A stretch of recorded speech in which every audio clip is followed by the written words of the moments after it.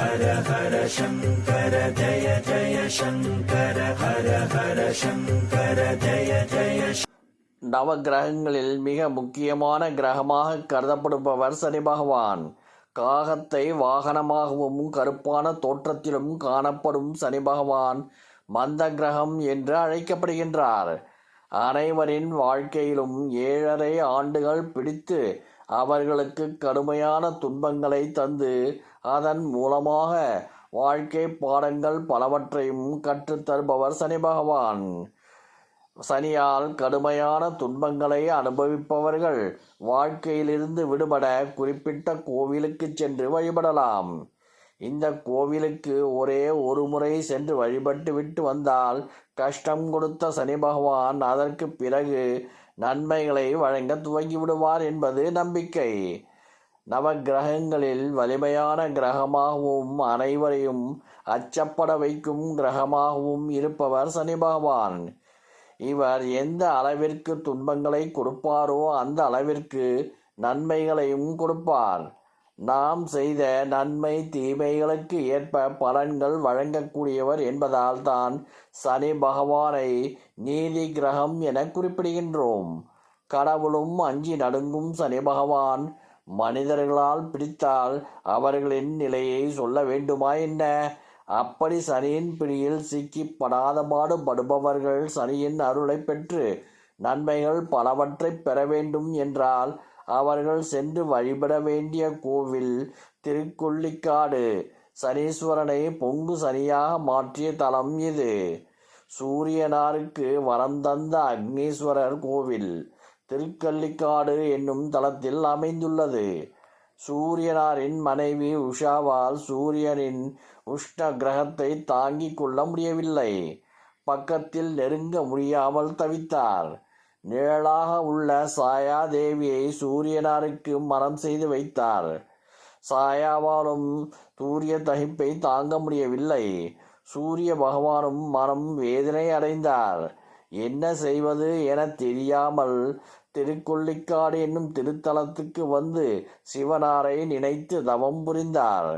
சூரிய பகவானின் தவத்தில் மகிழ்ந்த ஈசன் சூரியனாருக்கு வரமளித்தார். அதன்படி சூரியனார் உஷா தம்பதிக்கு யமதர்மர், சூரியனார் சாயா தேவிக்கு சனீஸ்வரர் மகனாக அவதரித்தார்கள் என்பது புராணம். நவ கிரகங்களில் ஒரு கிரகமாக இடம் பிடித்தவர் சனீஸ்வரர். ஆனாலும் அவருக்கு ஒரு வருத்தம். தன்னை கண்டு எல்லோரும் நடுங்கி போகின்றார்களே என்று தந்தை காட்டிய வழியாக திருக்கொள்ளிக்காடு திருத்தலத்துக்கு வந்தார். கடும் தவம் புரிந்தார். சிவ பூஜைகள் செய்தார். இதனால் சிவனருள் பெற்று பொங்கு சனியானார். வெப்ப தகிப்பு கொண்ட சூரியனார் வணங்கி வழிபட்ட திருத்தலம் என்பதால் சிவனாருக்கு அக்னீஸ்வரர் என்னும் திருநாமம் அமைந்ததாக சொல்வார்கள். அக்னி பிழம்பென சனீஸ்வரருக்கு காட்சி தந்து அருளியதால் இந்த பெயர் அமைந்ததாகவும் ஸ்தல புராணம் கூறுகின்றது. திருவாரூரில் இருந்து திருத்துறைப்பூண்டி செல்லும் வழியில் 22 கிலோமீட்டர் தொலைவில் உள்ளது திருக்கொள்ளிக்காடு. இங்கே சிவனாரின் திருநாமம் அக்னீஸ்வரர். முக்கியமாக பொங்கு சனி பகவான் திரு சன்னதியில் காட்சி தருகின்றார். இங்கே கைகளில் கலப்பை, காகத்தின் சின்னம் பொறிக்கப்பட்ட கொடி, அபயவரத முத்திரை என காட்சி தருகின்றார். இந்த தலத்தின் மற்றுமொரு சிறப்பாக சனீஸ்வரருக்கு அருகில் தனிச்சன்னதியில் கோவில் கொண்டிருக்கின்றார் மகாலட்சுமி தாயார். எனவே திருக்கொள்ளிக்காட்டில் பொங்கு சனீஸ்வரரையும் மகாலட்சுமி தாயாரையும் மனதார வேண்டிக் கொண்டாலே மங்கள காரியங்கள் சீரும் சிறப்புமாக நடைபெறும். ஐஸ்வர்ய கடாட்சம் பொங்கும் என்பது ஐதீகம். கிரக தோஷங்கள் அனைத்தும் விலகிவிடும் என்று கூறுகின்றனர் பக்தர்கள். பச்சரிசியை ஒரு கையில் அள்ளி அதை நன்கு பொடி செய்து சூரிய நமஸ்காரம் செய்துவிட்டு விநாயகரை வணங்க வேண்டும். பிறகு விநாயகரை 3 சுற்று சுற்ற வேண்டும். அப்போது கையில் உள்ள அரிசியை போட வேண்டும். அதை எறும்புகள் தூக்கிச் செல்லும். அப்படி தூக்கிச் சென்றால் நமது பாவங்களில் பெரும்பானவை நம்மை விட்டு போய்விடும். வன்னி மரத்தடி விநாயகர் கோவில் என்றால் அது இன்னும் விசேஷம். சனிக்கிழமைகளில் இதை செய்ய வேண்டும். பச்சரிசி மாவு எறும்புகள் தனது மழைக்காலத்துக்காக சேமித்து வைத்து கொள்ளும். 2.5 ஆண்டுகளுக்கு எறும்புக்கு இந்த உணவு போதும். இதை 30 முக்கோடி தேவர்கள் பார்த்து கொண்டிருப்பார்கள். 2.5 ஆண்டுக்கு ஒரு முறை கிரக நிலை மாறும்.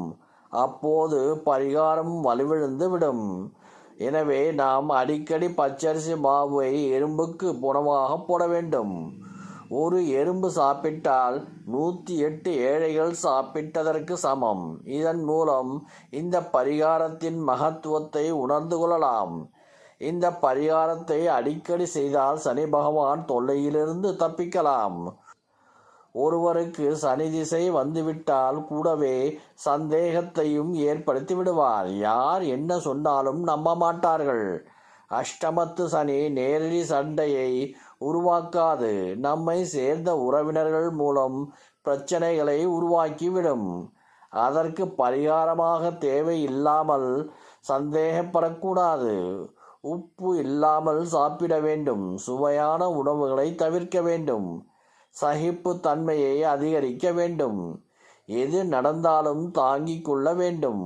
சனிக்கிழமைகளில் எல் தீபம் ஏற்ற வேண்டும். மனநலம் குன்றியவர்களுக்கு உதவ வேண்டும். பிரதோஷ பூஜைகளில் பங்கேற்பது நல்லது. சனி தசை நடக்கும்போது எந்த செயல் செய்தாலும் தாமதமாகும். அதற்காக கோபப்படக்கூடாது. பொறுமையாக இருக்க பழகிக்கொள்ள வேண்டும். இப்படி நம்மை மாற்றிக்கொண்டால் சனி பாதிப்பிலிருந்து சற்று தப்பிக்கலாம். திருக்கொள்ளிக்காடு பொங்கு சனி பகவானை மனதார வேண்டிக் கொள்ளுங்கள். ஒவ்வொரு சனிக்கிழமையும் அவரை நினைத்து விளக்கேற்றுங்கள். எல் தீபம் ஏற்றி வழிபடுவது நல்லது.